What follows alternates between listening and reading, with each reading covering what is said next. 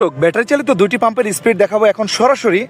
আপনারা দেখতে পাচ্ছেন অ্যালুমিনিয়াম কয়েল এবং তামার কয়েল। আজকে আমরা পরীক্ষামূলক দেখব তামার কয়েলের স্পিড বেশি নাকি অ্যালুমিনিয়াম কয়েলের স্পিড বেশি। এই পাম্পের সাথে যারা পরিচিত তারা আমাদের ভিডিওটি দেখতে থাকুন, বা যারা পরিচিত না তারা একটু জেনে রাখুন।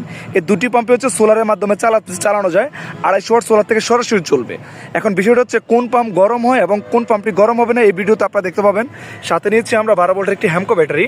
আপনারা দেখতে পাচ্ছেন এই পাম্পটি হচ্ছে, এই যে লাল কালার, এই পাম্পটি হচ্ছে সম্পূর্ণ অ্যালুমিনিয়াম কয়েল। ঠিক আছে, আমি যদি আপনাদেরকে একটু দেখাই, দেখেন ভিডিওতে একদম স্পষ্ট বোঝা যাবে। দেখেন এই যে সাদা অংশ বোঝা যাচ্ছে তারে, আর এই অংশটুকু যদি আপনারা দেখেন এই যে এই পাম্পটি, তাহলে বুঝতে পারবেন এটি হচ্ছে সম্পূর্ণ কপার কয়েল। অর্থাৎ আপনারা চাইলে 7 থেকে 8 ঘন্টায় পাম্পটি চালাতে পারবেন। যারা সরাসরি নিতে চাবেন তারা সরাসরি আসলে দেখলে বুঝবেন, বা আপনারা যারা অনলাইনে অর্ডার করবেন তারা আমার স্ক্যানার দেওয়া নাম্বারে কল করবেন। হ্যাঁ, এখন আমরা হচ্ছে সরাসরি ব্যাটারিতে লাইনটি দেবো। ব্যাটারিতে লাইনটি দাও। দুটি পাম্প আমরা ব্যাটারি থেকে কানেকশন দিলাম, এখন আমরা পানিতে নেবো। হ্যাঁ, পানিতে নাও, যেন আমার গায়ে পানি না আসে, একটু দেখবা।